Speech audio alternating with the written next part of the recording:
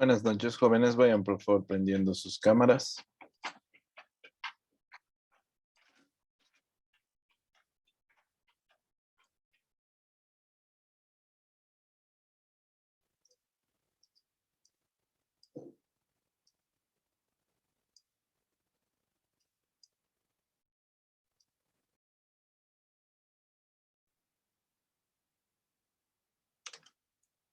El siguiente tema es hemostasia. Si nosotros vemos el origen y la historia de hemostasia, vamos a ver que el primero que habló de manejo adecuado de una herida fue Galeno. Galeno era el médico del emperador, que tenía bastante experiencia porque asistía a las guerras con el emperador y también ayudaba a curar a los gladiadores en época de paz. Entonces tenía bastante experiencia. Esto le hizo que Galeno ya no utilizara el calor, la quemadura de la herida para hacer hemostasia, sino que él usaba cera con miel para cubrir las heridas y causar de esta manera hemostasia sin lesionar los tejidos. Obviamente los pacientes que él trataba iban mucho mejor que los pacientes que cuando se cortaban les quemaban con un hierro candente, es decir, provocaba más daño. Pero fue muy poco el avance en hemostasia en esta época. Otro avance en relación a la hemostasia fue la transfusión sanguínea. Jean-Baptiste, un francés, en 1667 dijo que el ser humano no es que no necesitaba la sangre, sino más bien necesitaba. Y a partir de ese análisis dice que se debería reponer la sangre. Pero Jean-Baptiste utilizaba transfusiones heterógenas, es decir, de interespecie. Usaba de humano, usaba de vaca, de perro, de gallina. Y obviamente le iba re mal en las transfusiones de sangre. Así que por casi más de 100 años se prohibió este tipo de procedimientos en la medicina, hasta que el doctor Philippe en 1795 en Estados Unidos empiezan las transfusiones de sangre, pero con algunas reglas básicas. La primera, que la transfusión era de humano a humano. Y segundo, mientras más cercano era el pariente del transfundido, mejor iba el procedimiento. Entonces, de madre a hijo, de padre a hijo, de hijo a padre, le iba mejor. Obviamente tuvo gran éxito en este tipo de transfusiones. Sabemos por qué. Él obviamente no sabía en 1795 las causas. Porque recién en 1901 se descubre los grupos A, B y O. En 1930, el factor RH. Entonces, a partir del 1930, recién se podía hacer transfusiones ya con grupo y factor. Ya después es una historia. Si nosotros analizamos la palabra hemostasia, significa hemostasia, sangre, detención de la sangre. Médicamente, la hemostasia son maniobras realizadas para evitar la pérdida sanguínea. Es decir, el, el entendido de que la necesidad de sangre en el organismo era importante y no así la pérdida indiscriminada que ocasionaba la muerte del paciente. Porque no olviden que los médicos hacían sangrías, teóricamente sacaban sangre para que el paciente mejore. Ese pensamiento obviamente no estaba bien. Nosotros no hemos inventado la hemostasia. Hay que entender que el organismo tiene procesos biológicos de hemostasia. Hay mecanismos procoagulantes como el coágulo y el trombo. Mecanismos anticoagulantes para que el coágulo solamente sea en la zona y no se extienda a todo el cuerpo. Y finalmente, mecanismos fibrinolíticos de revascularización. Esto quiere decir más o menos que nosotros tenemos acá un vaso. Está lesionado el vaso y lo que hacen mecanismos procoagulantes forman un coágulo que forman un trombo. Estos mecanismos anticoagulantes hacen que el proceso solo se detenga ahí, no vaya más allá en el vaso. Y los mecanismos fibrinolíticos hablan de que una vez que está cicatrizada la herida, permiten una revascularización. Una vez que está cicatrizada, permiten una revascularización. Entonces, la forma ideal es esa, que coagule, deje de sangrar, se limite la coagulación y finalmente, cuando se sane, se vuelvan los procesos fibrinolíticos. ¿Cuáles son los mecanismos procoagulantes? Hay una fase vascular. Cuando se descubre el colágeno, el endotelio, se liberan enzimas y factores quimiotácticos. Se activa la fase plaquetaria, donde hay una adhesividad aumentada de las plaquetas. Se integran y forman un tapón plaquetario. En la fase de coagulación plasmática, actúan los factores de coagulación a través de la ya conocida cascada de coagulación. La cascada de coagulación es lo que nosotros conocemos como vía intrínseca, vía extrínseca y común de la coagulación. Pero estas vías todavía no están bien estudiadas. Se ha hecho otro modelo de coagulación en base celular. Actualmente nos basamos todavía en esta vía porque no hay una respuesta adecuada al modelo de coagulación. Estos factores de coagulación son estos: el factor 1, fibrinógeno; 2, protrombina; 3, tromboplastina; 4, calcio; 5, proacelerina; 7, proconvertina; 8, antihemofílico, factor von Willebrand; 9, factor antihemofílico; 10, factor de Stuart; 11, precursor de tromboplastina; 12, factor de Hagemann; y finalmente el 13, el factor estabilante de fibrina.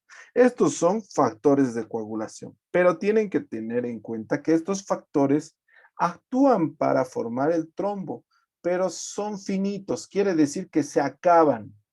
Si uno sangra, coagula, sangra, coagula, sangra, coagula mucho, al final la sangre sale como agua y no haya más factores de coagulación para que coagule. Por eso no se debe dejar sangrar de forma indiscriminada, porque los factores de coagulación son finitos y un momento que se acaben ya no hay más.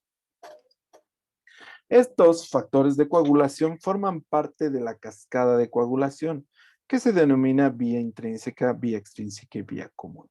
Hay otra explicación de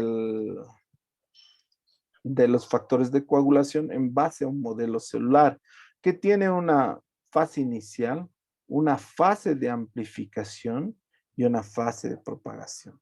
Ninguna de estas dos explica todos los procesos de coagulación. Es por eso que nos quedamos con el modelo clásico de vía intrínseca y vía extrínseca.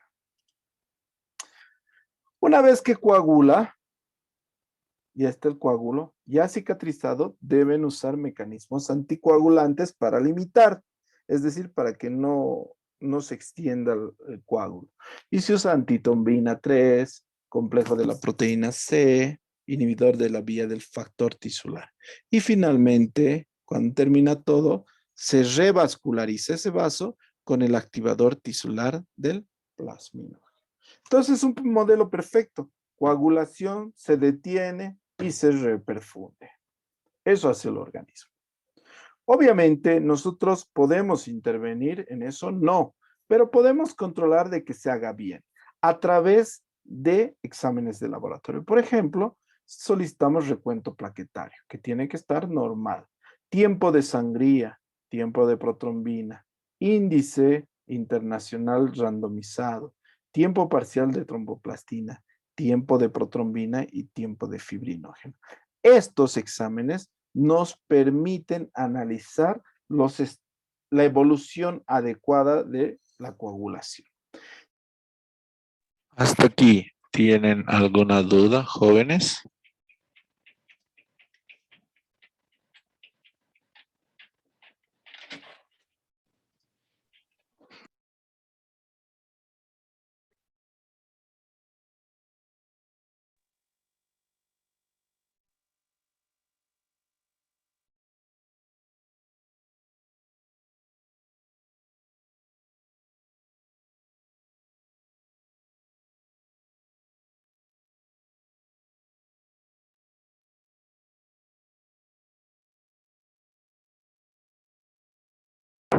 Entonces no hay dudas.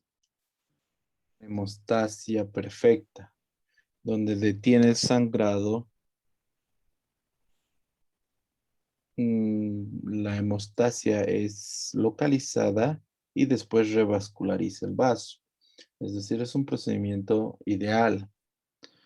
Lamentablemente, esta capacidad hemostática del organismo tiene límites, es decir, tiene una capacidad máxima. No, y ahí es donde entramos nosotros, donde nuestros objetivos para hacer hemostasia primero es evitar la pérdida de sangre. Nosotros ya hemos comprendido que la sangre es fundamental para la vida del paciente, por lo tanto no la tenemos que desperdiciar. Segundo, mantener un campo operatorio limpio.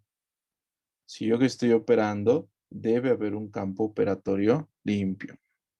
Y tercero, evitar la formación de hematomas. Un hematoma en la herida, en la operación, es proclive a infectarse fácilmente. Entonces, no importa cuán bien operas, si vos dejas sangre ahí, lo más probable es que se colonice de bacterias y tengamos problemas más adelante. Entonces, cuando nosotros vemos un paciente como esta, es una señora que ha recibido una puñalada, si ustedes observan acá, casi en hipocondrio y epigastrio, en la región de hipocondrio y epigastrio, es un arma punzocortante. Entonces yo le hago la laparoscopía para evitar el choque hipovolémico, porque no solamente es hemorragia, la pérdida de sangre al exterior, también puede haber pérdida de sangre a otras cavidades como el peritoneo, la pleura y otras cavidades. La pérdida sanguínea la denominamos hemorragia. Va a depender de qué vaso es. Si es arterial, es de gran volumen, es mucho. Rápidamente el paciente se muere y además tiene ritmo con la frecuencia cardíaca. Si es venoso, es más como una salida constante. Y hay otro que es capilar, que es muy escaso el sangrado. Las hemorragias, como hemos dicho, pueden ser externas y las más peligrosas internas. ¿Por qué peligrosa? Porque puede pasar desapercibida. De acuerdo al tiempo de aparición, puede ser inmediata o mediata, es decir, ese rato o después. Para hacer hemostasia, nosotros, para ayudar al cuerpo, usamos procesos mecánicos, físicos y químicos. Dentro de los procesos mecánicos utilizamos compresión local, ligaduras. Entre los agentes físicos utilizamos coagulación eléctrica, láser. Dentro de los agentes químicos usamos Surgicel, Gelfon, celiodefibrina y cianoacrilatos. De acuerdo a nuestro conocimiento, los hemostáticos pueden dividirse en dos tipos, temporarios y definitivos, es decir, los que hacen hemostasia temporaria y los que hacen hemostasia transitoria. La hemostasia temporaria se puede lograr gracias a este manguito neumático. Es más o menos funciona como un torniquete, pero la desventaja de este manguito neumático es que podemos medir la presión a la cual estamos comprimiendo, sin que esta presión sea excesiva y dañe nervios. Entonces, se utiliza estos manguitos en la raíz de los miembros, en el miembro superior y en el miembro inferior. Esto evita que llegue sangre a ese miembro.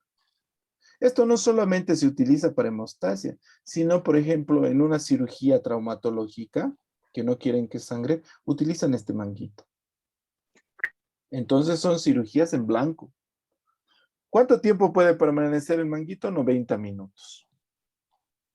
Si vos quieres seguir utilizando, tienes que reperfundir 15 minutos y puedes operar por otros 45 minutos. Porque si no, se van a dañar también las estructuras sin recibir sangre. Los torniquetes solamente para extremidades muy distales y por tiempos muy cortos. La presión no tiene que ser muy alta.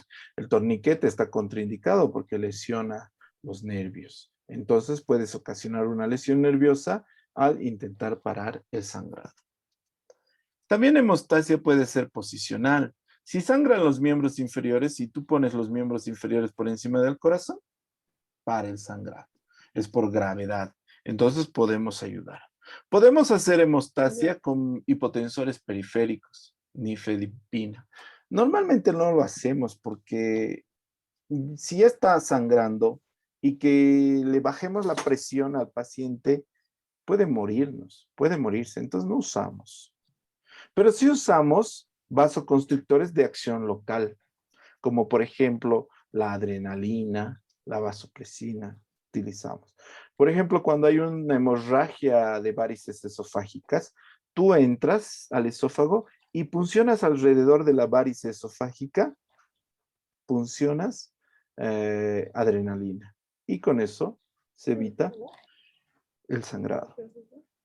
Podemos hacer hemostasia temporaria mediante compresiones. Podemos combinar compresión y posición. Miren, estamos comprimiendo y hemos elevado el miembro. Entonces podemos utilizar dos. Podemos utilizar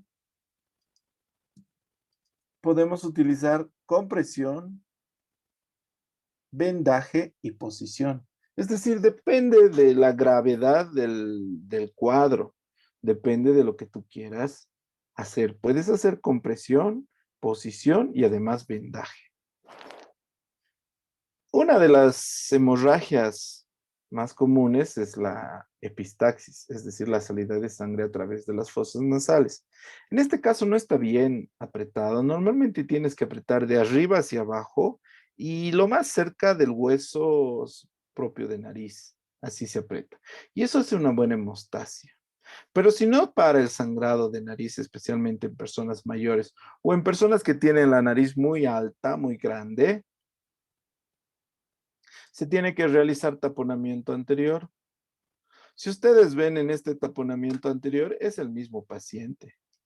El 1 y el 2 es el mismo paciente. Entonces aquí le ponemos número 1 y aquí le ponemos número 2.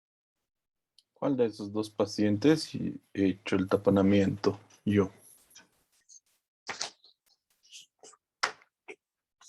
Si ustedes observan, en el 1 existe primero asimétrico sus gasas. Aquí hay sangre y sigue saliendo sangre. Sus ojos relajados. No le han hecho un buen taponamiento, no cumple las expectativas necesarias. Mientras si ustedes observan acá, primero que es simétrico. No hay sangrado en la boca. Y si ustedes ven, ha llorado. ¿Y qué importa eso? Porque el tapón se tiene que poner tan adentro que casi llega a la base del cerebro, chicos. Y duele y molesta. Entonces, por eso es importante hacer bien el trabajo. Si piensas que lo vas a lastimar o tienes miedo de lastimarlo, mejor no hagas nada. Déjalo que haga otra persona. Es importante hacer tu trabajo, no es ver si lo lastimas o no lo lastimas. ¿Entendido? Entonces, cuando hagas curación, algún procedimiento, hazlo con la finalidad de curarlo. Secundario, el dolor del paciente, las molestias que le causas. No se puede evitar, obviamente, pero en contados casos como el taponamiento anterior, curación de heridas sin anestesia, en esos casos sí duele. Sigamos. Los hemostáticos definitivos pueden ser coagulantes de aplicación locales, como ser agua oxigenada, trombina, Gelfua, Oxicel, el electrobisturí, las grapas, ya sea de plástico o sean grapas metálicas, la fotocoagulación, la coagulación con argón. Todas estas cosas son hemostasias definitivas. Uno de los más utilizados es el punto hemostático. El punto más hemostático que tenemos es el punto en X. El punto más hemostático. También podemos hacer suturas en masa, es decir, suturar varios tejidos tratando de atrapar el vaso. La desventaja es que en esta sutura en masa, sin saber qué estás suturando, puedes agarrar algún otra arteria que no estaba sangrando, algún nervio que sea o alguna estructura. Pero todos estos son hemostáticos definitivos. Los hemostáticos químicos son el Gelfand y el Jursycel, que normalmente utilizamos por contacto. Cuando sangra mucho un tejido, ponemos Gelfand, que es una gelatina, y se pone encima del sangrado. Este se adhiere y se forma un coágulo sobre este. Entonces, son hemostáticos definitivos. Para evitar todo este problema, antes de las cirugías hacemos una valoración preoperatoria.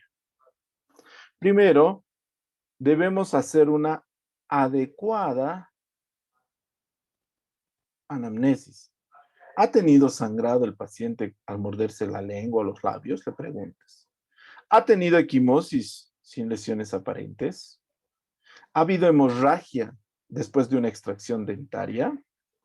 ¿Es muy excesiva su menstruación? ¿O ha tomado medicamentos como la aspirina en los últimos 10 días? Entonces, estas preguntas me aseguran de que el paciente no tenga antecedentes que puedan hacer que sangre durante el procedimiento quirúrgico. La valoración de una hemorragia intraoperatoria o postoperatoria, es decir, hemos operado al paciente y sangra mucho, es decir, tenemos que preguntarnos por qué. Puede ser que haya una hemostasia local ineficiente. Puede haber complicaciones si le hemos transfundido de sangre. Puede haber que una reacción a la transfusión sanguínea. Puede haber un defecto previo no detectado. Puede haber coagulopatía de consumo. Puede haber fibrinolisis. La sangre es pues muy importante porque transporta nutrientes, oxígeno y elimina el gas de desecho. La sangre está formado por eritrocitos, leucocitos y plaquetas, mientras el plasma tiene factores de coagulación y remanentes del suero.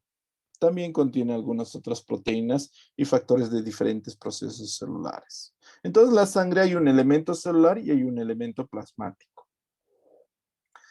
Cuando nosotros queremos transfundir sangre, ya no utilizamos sangre entera, por si acaso, ya no se usa.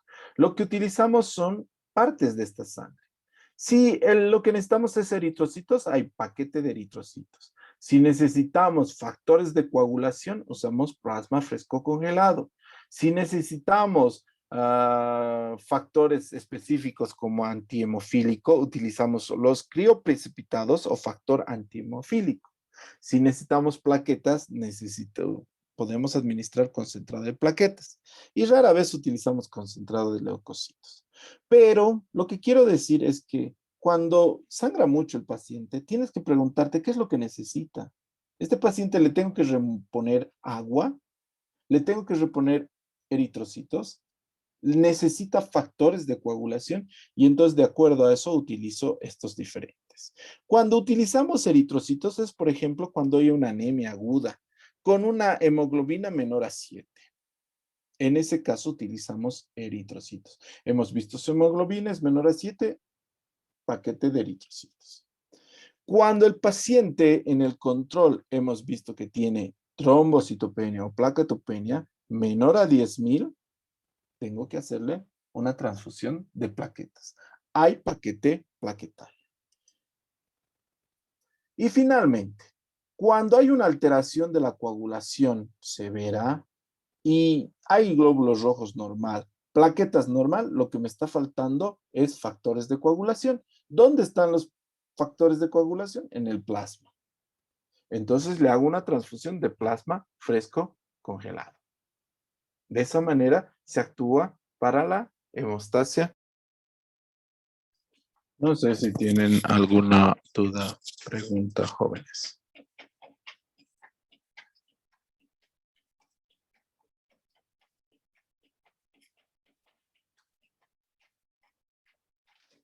Todo tranquilo, todo bien. ¿Todo entendido? Digamos que sí, Doc. No, no es bien una duda, sí, Doc. En la parte de técnica quirúrgica, en la práctica, Doc, quien está indo para los hospitales, ¿qué tipo de sugestión podríamos hacer a los doctores sobre esta materia? No entendí de nuevo. ¿Qué tipo de qué? Una sugestión para ellos. Es que a veces llegamos lá y pasa cosas que no, no tengo visto aquí en tu clase.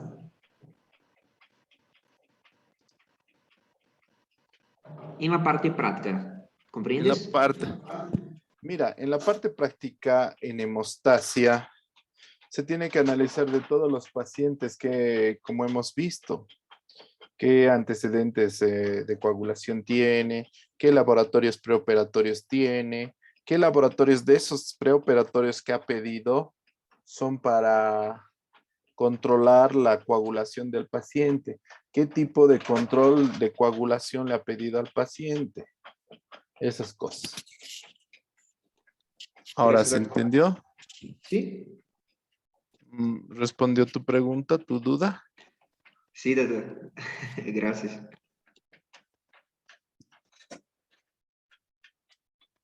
¿Alguna otra duda más jóvenes?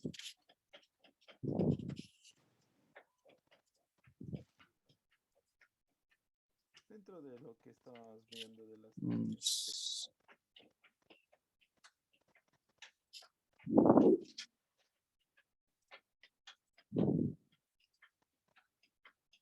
Un segundito.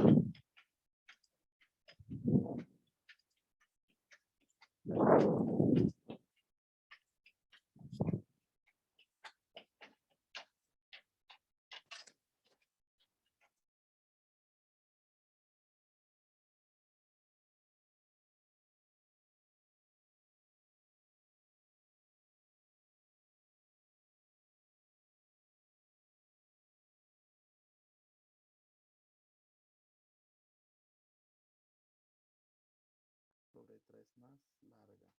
En la mujer Bueno, lo que vamos a ver ahora en el varón es es de breve. las técnicas clínico-quirúrgicas, La mujer no tiene curvatura las sobre variedades la más vagina utilizadas, las que interna utilizamos más. sobre Coadyuvar la en la recuperación del mujer el paciente. meato urinario El descansa primer, sobre el clítoris y el la orificio primera vaginal. técnica clínico-quirúrgica que utilizamos muy El comúnmente originario del se denomina oxigenoterapia.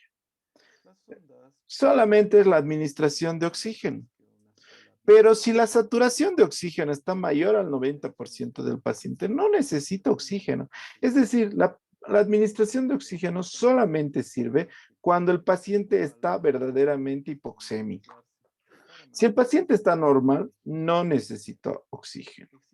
Entonces, cuando nosotros analizamos la hipoxemia a la administración de oxigenoterapia, debemos ver que está indicada administración oxigenoterapia cuando hay hipoxemia arterial, por ejemplo, en enfermedad pulmonar obstructiva crónica, en asma, en atelectasias, neumonías, mal de altura, neumonitis, fístulas arteriovenosas, tromboembolismo pulmonar.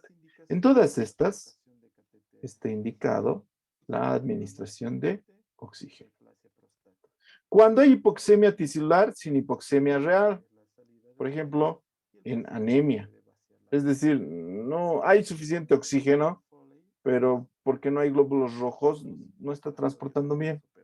Entonces se favorece dándole oxígeno. En intoxicación por cianuro, estados hipermetabólicos, hemoglobinopatías, hipotensión marcada. En esos casos, es bueno administrar oxígeno terapia. En situaciones especiales, infarto agudo de miocardio, falla cardíaca, shock hipovolémico, intoxicación por monóxido de carbono. En todos estos casos está indicado la administración de oxígeno terapia, que consiste en la administración de oxígeno por diferentes vías. Tenemos sistemas de administración de oxígeno de bajo flujo y de alto flujo. Los de bajo flujo, los que más conocemos son la sonda nasal. puntas nasales. Estas puntas nasales se administran 6 libras por minuto y que dan una fracción de inspiración de oxígeno 24 a 35% al paciente. Estas puntas nasales tienen la ventaja que el paciente cuando las usa puede hablar y puede comer. Pero las fracciones de inspiración de oxígeno son bajas que podemos administrar por ello. Entonces, otra es las mascarillas. Las mascarillas, que son estas, utilizamos 10 libras por minuto. Es decir, más de 6 a 10 podemos subir. Y damos una FiO2 de 40 a 70%. La ventaja en esto es que cubre la nariz y la boca. Entonces, si el paciente tiene respiración bucal, puede recibir de forma adecuada oxígeno. Entonces, vos tienes que ver cuánto de oxígeno necesita, qué porcentaje y cuál te conviene. O puntas nasales o mascarilla. Hay mascarillas con reservorio que aumentan un poquito más esta FiO2. Pero bueno, si necesitas más oxígeno, se tiene que dar sistemas de alto flujo, que son, por ejemplo, el tubo endotraqueal, lo más conocido, el tubo endotraqueal. Ponemos un tubo a través de la boca hasta la tráquea. ¿En qué casos? Cuando hay una taquipnea con una frecuencia respiratoria mayor a 35, paciente cianótico y taquicárdico. Cuando hay gasometría arterial con oxígeno menor a 70 milímetros de mercurio, CO2 mayor a 55 y el pH menor a 7.3. En estos casos, está indicado la colocación de tubo endotraqueal. Con el tubo endotraqueal puedes darle hasta el 100% de oxígeno. Entonces, el tubo endotraqueal es un sistema de alto flujo. Entonces, es muy agresivo, pero da buenas cantidades de oxígeno. Otro procedimiento clínico quirúrgico es las vías parenterales. La vía parenteral es la comunicación del medio externo con el medio interno, ya sea a través de vía intramuscular, subcutáneo, endovenoso, intradérmica, que son las más comunes, pero no son las únicas, para diferentes cosas. Por ejemplo, tenemos la vía intradérmica que utilizamos para vacunas y también para anestesia. La vía intradérmica se coloca a 10 grados en dirección a de la jeringa en relación a la piel. Entonces, como su nombre indica, solo la dermis. La vía subcutánea se utiliza con la jeringa a 45 grados y nos sirve para administrar medicamentos como heparina, insulina y algunos otros. También hay algunas vacunas. La vía intramuscular, que dice en el músculo, se coloca a 90 grados, ¿bien? A 90 grados. Y permite la administración de vacunas, antibióticos, analgésicos. Entonces es muy importante. Hay que tener un análisis un poquito más profundo en la vía intramuscular. Nosotros sabemos que colocamos en el cuadrante superior externo, entre la unión de los 2 tercios internos con el tercio externo, es decir, bien alta la jeringa. ¿Para qué? Para tratar de evitar la punción del nervio ciático accidentalmente. Pero ¿qué pasa si le punciono accidentalmente el nervio ciático? Se queda paralítico, se queda cojo. ¿Qué pasa? No pasa nada. El problema no es pincharlo. El problema es ponerle el medicamento ahí. Es decir, accidentalmente podrías pincharlo. ¿Cómo te vas a dar cuenta? Porque va a tener un movimiento espontáneo el miembro y va a sentir como le estuviera pasando corriente. ¡Ay, me está pasando corriente, corriente, corriente! Ahí no le pones el medicamento. Agarras, cambias de lado y lo pones más arriba. No pasa nada. Ese nervio no se ha hecho nada. El problema es no darte cuenta y administrarle el medicamento. Y ahí el medicamento es el que termina de lesionar al nervio. Conocimiento es poder. Si pinchas el nervio, sensación de como si le estuviera pasando corriente. Y además movimiento espontáneo. Ahí no pinchas, es decir, no inyectas el medicamento. Lo que haces es salir y ponerla al otro lado más alto. Y listo, se acabó. No va a pasar nada con nuestro paciente. Otra de las vías parenterales es la punción endovenosa, que se pone a 25 grados. Como su nombre mismo indica, es la punción a nivel de la vena. Cuando nosotros canalizamos la vena directamente, nos sirve para tomar muestras de laboratorio, administrar medicamentos, administración de fluidos, el suero se administra por ahí. Podemos administrar nutrición parenteral parcial, podemos dar anestésicos, monitorización bioquímica por la vía parenteral, que es la punción venosa. Vayan prendiendo sus cámaras, por favor. A los que no tengan cámara prendida, les pongo en la sala de espera. ¿Qué pasa si no podemos canalizar una vía venosa? Tenemos que cambiar y poner un catéter venoso central. El catéter venoso central,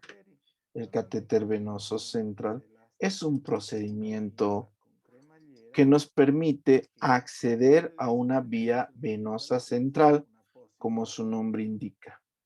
Estas vías venosas centrales son dos, una la subclavia y otra la yugular interna, que nos van a permitir dar gran cantidad de volumen rápidamente y dar también gran cantidad de medicamentos por vía venosa central. Obviamente, el cateterismo venoso central es un poco complejo. Es un poco complejo para explicarles, pero voy a tratar de buscárselos un video.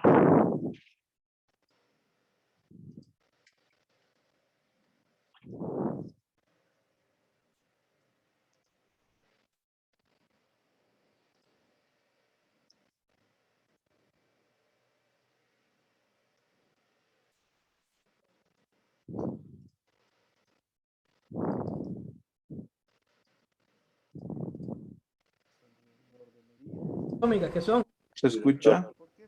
Escuchen la explicación, ¿ya? el músculo esternocleidomastoideo en sus dos haces principales. Tiene un haz que es external y un haz que es clavicular.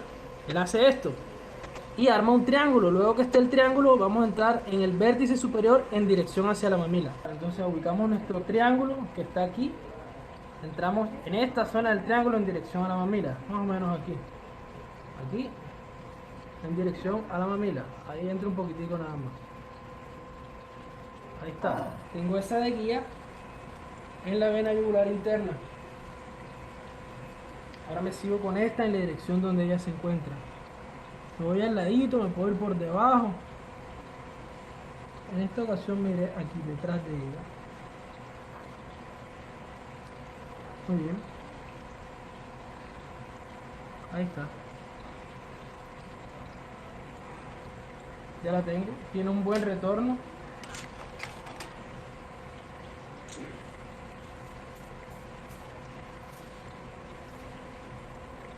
Ahí está suficientemente bien.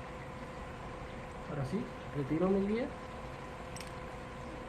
y retiro el trocar. Dejamos la cuerda de piano, la cuerda de guitarra o la guía.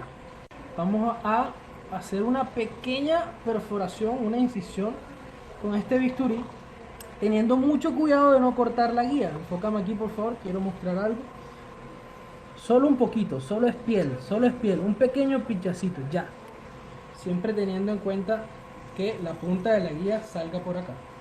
Entro con mi dilatador y ya la piel está abierta con el bisturí, ya, entonces ya el dilatador entra inmediatamente. Listo. Yo solamente voy a entrar a el tejido celular subcutáneo y la vena.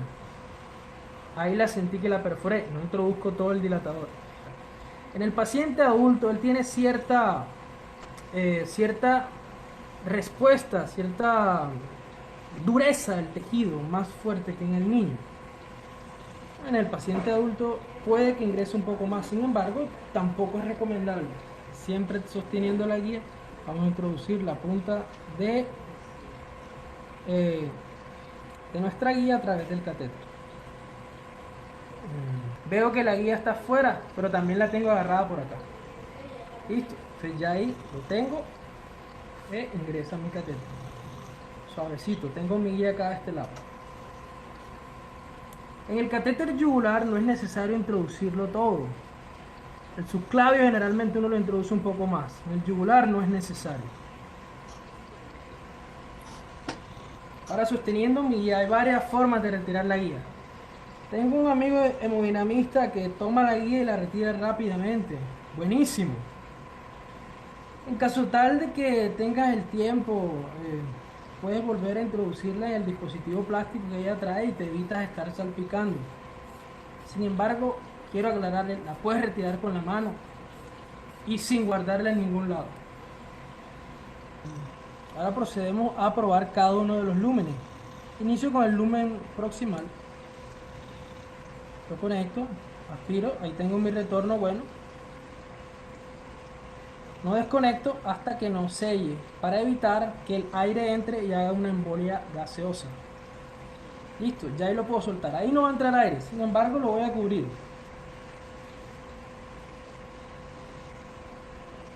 Y vamos a probar los otros lúmenes también. Quiero aprovechar el video de hoy y felicitar a todas mis enfermeras. Bueno, ahora vamos a fijar nuestro catéter. Vamos a utilizar esta orejita o esta mariposita. Las maripositas vienen dos maripositas y una mariposita, ambas son de plástico, pero esta es flexible. Esta mariposita no es flexible, esta es dura. Esta fija mi catéter y esta agarra esta mariposita. Entonces vamos a iniciar con esto. Lo colocamos cerquita a la piel para que no permita que ni se salga o que tampoco entre. Listo, ahí está la primera. Y la segunda mariposita me apoyo en mi dedo y lo coloco encima. En este sí puedo hacer el piquete aquí totalmente horizontal, ¿no?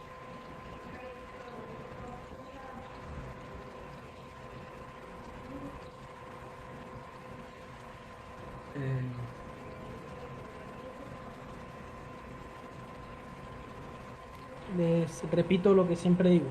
Si tomo la sutura aquí totalmente horizontal, va a permitir que el catéter se me devuelva por aquí, que sale de la piel. Entonces lo que hago es que tomo la sutura hacia adelante para traccionarlo. La tomaré aquí, en esta zona. Listo.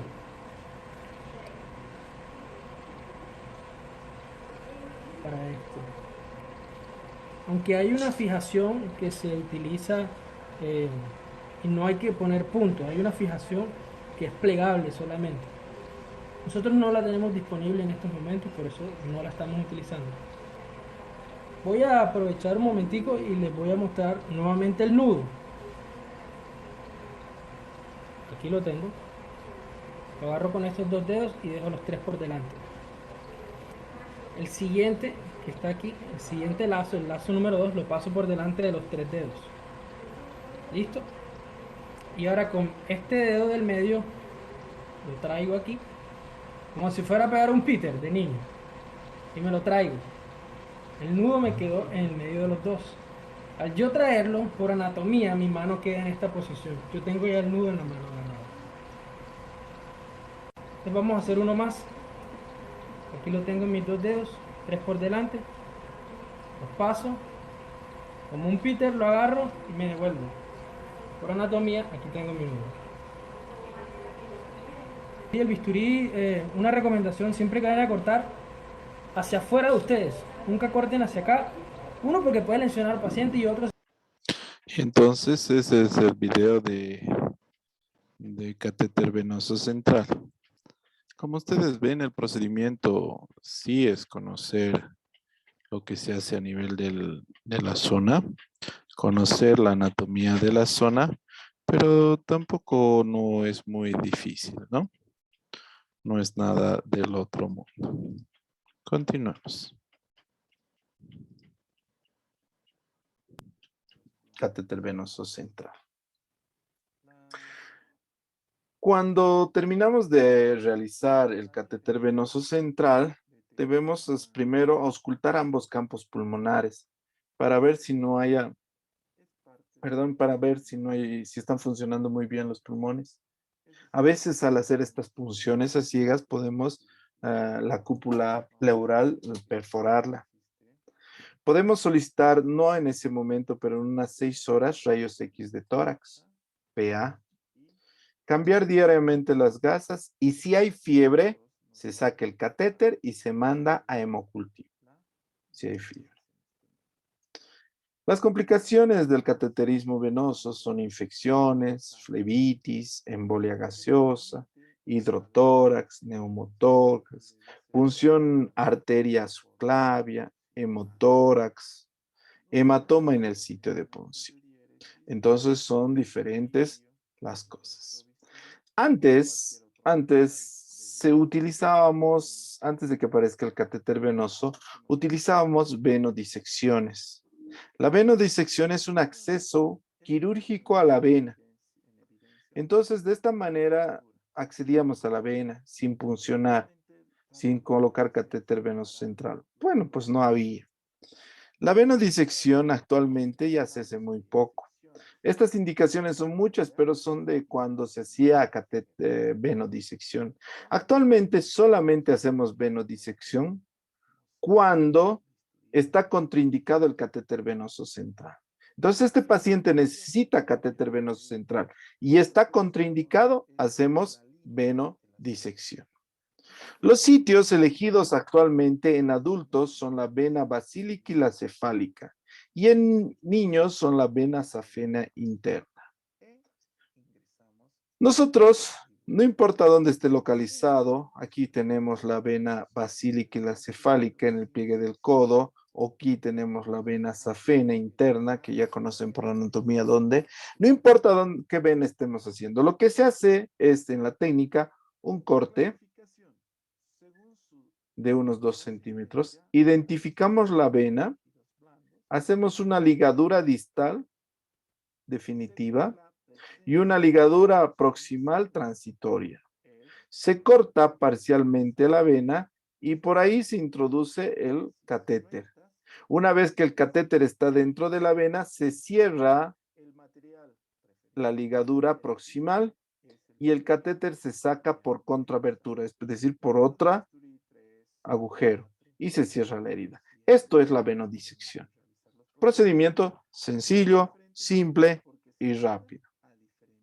Que normalmente en adultos lo hacemos en el pliegue del codo y en los niños en el miembro inferior, por delante del maleolo interno, para agarrar la safena interna. Entonces, nuevamente, identificamos la vena, ligadura distal definitiva, ligadura proximal transitoria. Se corta parcialmente la vena y se introduce el catéter. Una vez que el catéter atraviesa la ligadura proximal, se cierra. Se saca por contraabertura y se cierra. Y eso es venodisección. Otro procedimiento clínico quirúrgico de importancia es la colocación de sonda nasogástrica. La sonda nasogástrica es la comunicación del exterior a la vía digestiva alta a través de un tubo. Este tubo funciona por gravedad, es decir, si lo dejas más abajo empieza a salir contenido gástrico.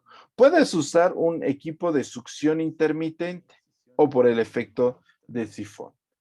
La sonda más utilizada se denomina sonda de Levin.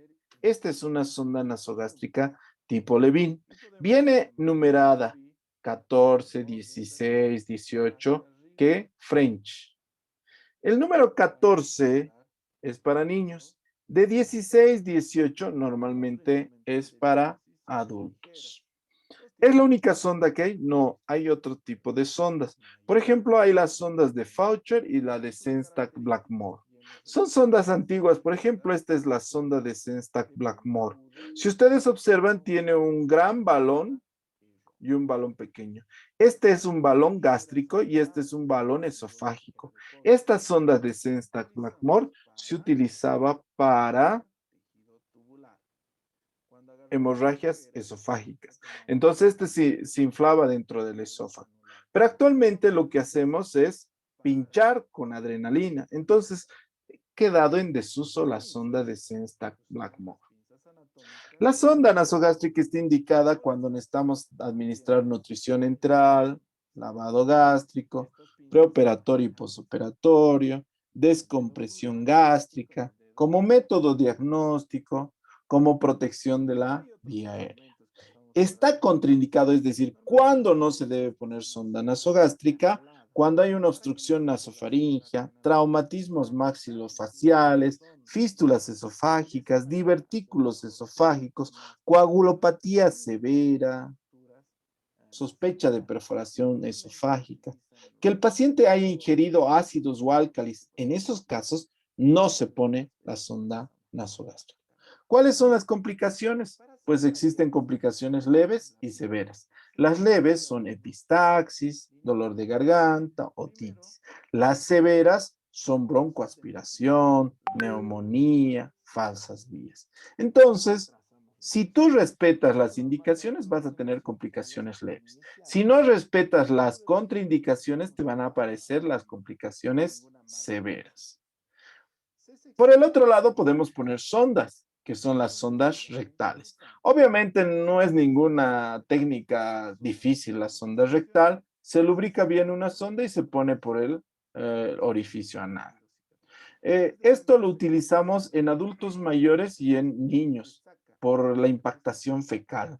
Entonces a veces tienen impactación fecal y entonces para hacer el lavado y el ablandado de la masa fecal se hace este tipo de procedimiento.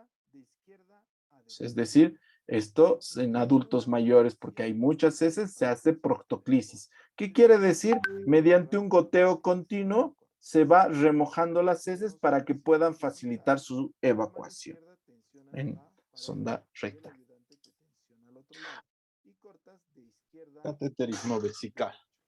No sé si tienen alguna duda, pregunta en relación a los diferentes procedimientos que se realizan.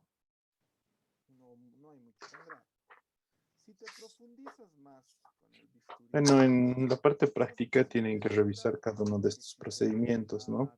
Desde lo que es oxigenoterapia, vías parenterales, sondas nasogástricas y las que vamos a ver.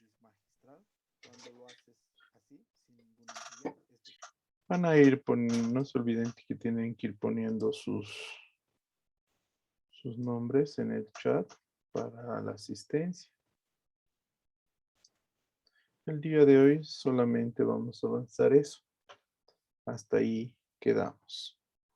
La próxima clase va a haber una clase de... En grupos van a trabajar algunas preguntas que les voy a dar. Más que todo son visuales, ¿ya?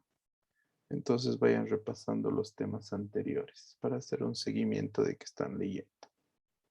¿Listo? Bueno, chicos, eso es todo por el día de hoy. Nos vemos la próxima clase. Que les vaya muy bien. Doctor, disculpe, ¿la clase de ahora cuándo la va a subir? Yo creo que mañana. Todas las clases ya están subidas, si ustedes se fijan, ¿no? Solo falta la de hoy. Voy a intentarla subir mañana. ¿Listo, chicos? Que les vaya bien.